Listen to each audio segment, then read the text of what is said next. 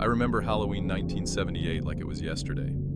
I was just a kid, and everyone knew about Lily, the girl who vanished while trick-or-treating. In our quiet town, her story lingered like a dark cloud. I never forgot the stories of that old house on Maple Street where she was last seen, the one no one dared to approach. But curiosity got the best of me, especially after the stories started.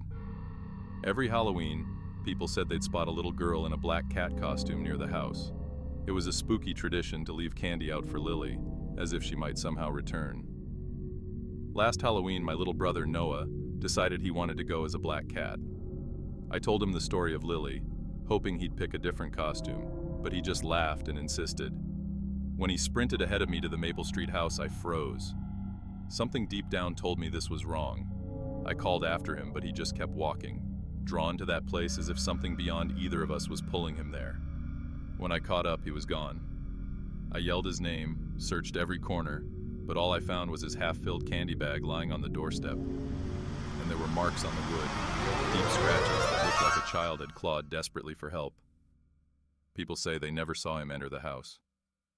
They claim I must have made it all up. But every night since, I've heard scratching at my bedroom window, soft but urgent, as if someone is begging to be let in. I don't look anymore. I can't. And every Halloween, I leave a handful of candy on our doorstep, hoping Lily, and now Noah, will take it and finally leave me alone.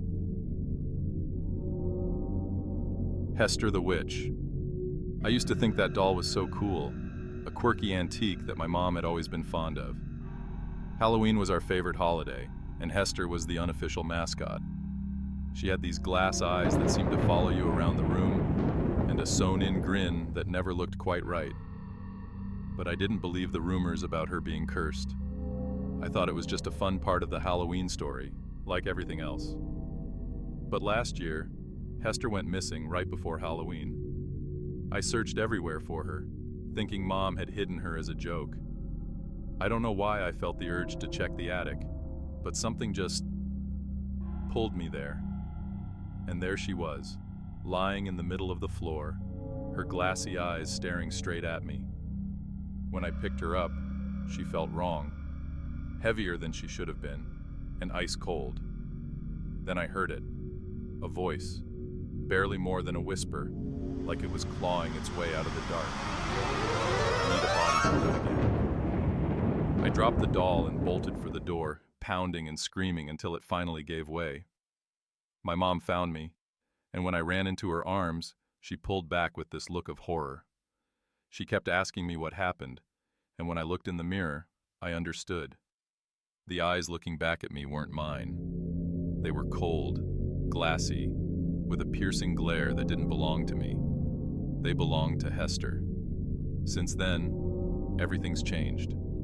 I don't feel like myself. My thoughts don't feel like mine. Sometimes, I find myself talking in words that don't sound like my own, and I can't stop carrying the doll everywhere.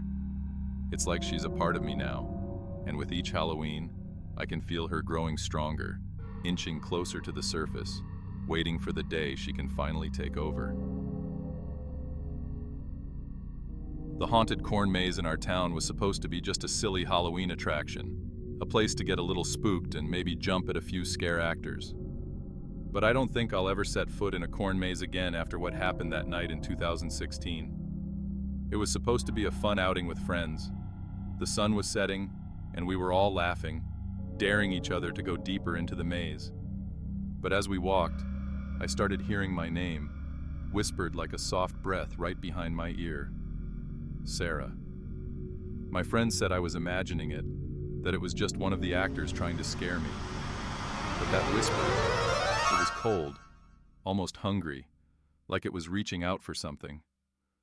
Then we stumbled into this strange patch, a perfect circle of dead, scorched corn, like something had burned it from the inside out. In the center lay a scarecrow, but it wasn't like the others. Its face was twisted in pain, almost human in its expression, and its limbs were bent at unnatural angles. Something in its eyes felt real, watching. The longer we stared, the more trapped I felt. When I turned to leave, the maze had shifted. The way back was gone. The whispers were louder now, and something grabbed my ankle, cold and unrelenting, like bony fingers clawing their way up. My friends grabbed me, and we ran until we finally found our way out and straight into Mr. Abel, the owner. I'll never forget the look on his face when we told him about the burned circle and the scarecrow. "That part of the maze is closed off," he said, white as a ghost. "There's no scarecrow there." I thought I'd be okay after that night, but the nightmares started right away. The scarecrow haunted me every time I closed my eyes, staring through my bedroom window. It's been years now, but I still see it, always watching from the corner of my eye. And each Halloween, I wake up to find a twisted piece of straw under my pillow, as if it's leaving me a reminder that it's not done with me yet. I'm not sure how much longer I can ignore it. And each Halloween, I feel it getting closer. Like it's only a matter of time before it finally comes for me.